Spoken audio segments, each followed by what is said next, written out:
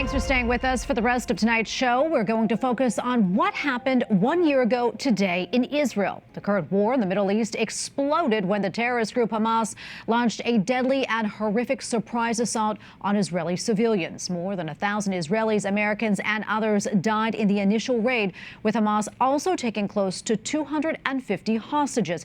It will go down as one of the worst terrorist attacks in the history. In the counterattack, reports say more than 40,000 Palestinians have died, and dozens of hostages still remain in captivity. White House Correspondent Owen Jensen provides a timeline of the conflict. Hamas led the terror attack against Israel on October 7, 2023. Fighters not only killed Israeli troops, but also hundreds of civilians, including women and children. An Israeli music festival and communities near the border with Gaza became the scenes of mass murder. The Israeli Defense Forces quickly struck back, bombing Hamas targets in Gaza, seeking to cripple the terror group's ability to wage war and free the hundreds of people Hamas took hostage.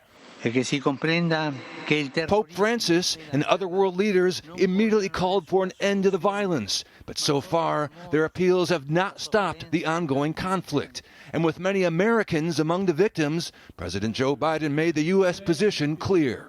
In this moment of tragedy, I want to say to them and to the world and to terrorists everywhere that the United States stands with Israel.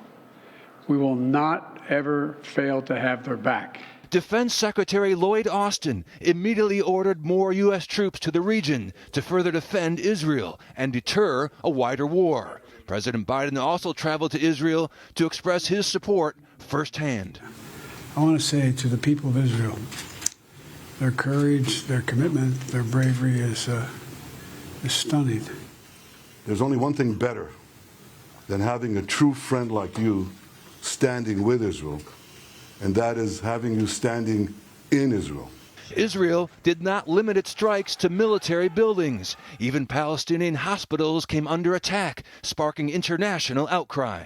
And by the end of last October, Israeli troops launched their full-scale ground invasion. Entire city blocks turned to rubble, and Palestinians started suffering from food shortages. Civilians died by the thousands.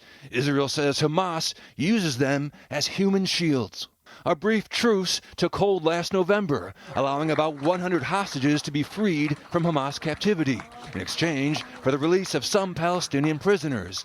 Later, Israeli troops reportedly freed 8 more hostages by force. Innocent people were tragically killed in this operation. The exact number we don't know, but innocent people were killed, and that is heartbreaking. That is tragic. Still, to this day, about 100 hostages remain in captivity. We are determined to bring them home. By last December, with the ceasefire over, the war resumed. And in May of this year, it expanded to Rafah, where many Palestinians had gathered to flee earlier fighting. We will complete the elimination of the Hamas battalions, including in Rafah. There is no force in the world that will stop us. Many forces are trying to do this, but it will not help, because this enemy, after what it has done, will not do it again. It will cease to exist. This spring, the Pope made another plea for peace. Pope Francis, he called for an immediate ceasefire in Gaza so the hostages can be freed and civilians can get aid. He said, quote, "Enough, please stop."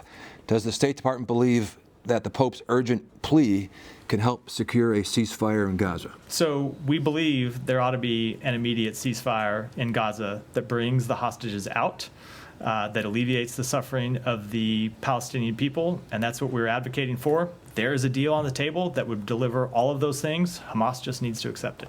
The U.S., Qatar, and Egypt have been trying for months to broker a ceasefire between Israel and Hamas, but the war continues.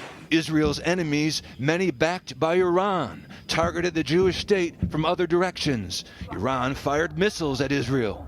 We don't want a war with Iran. We don't seek to widen and broaden this conflict. We don't want to see things escalate. The Red Sea and Yemen also became a hotbed of attacks, and Hezbollah terrorists in Lebanon repeatedly launched bombs into northern Israel. Whether it's in the north with Lebanon and Hezbollah, whether it's the Red Sea with the Houthis, whether it's Iran, Syria, Iraq, you name it. The situation with Lebanon boiled over in recent months when Israel targeted Hezbollah leaders and more rockets rained down on Israel, including a second wave of nearly 200 missiles launched by Iran last week, which Israeli and U.S. defense systems fought to repel.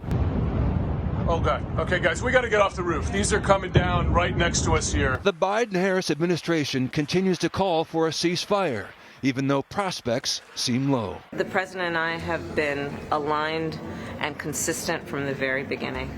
Israel has a right to defend itself. Far too many Palestinian civilians, innocent civilians, have been killed. We need to get more aid in. We need to get the hostages out.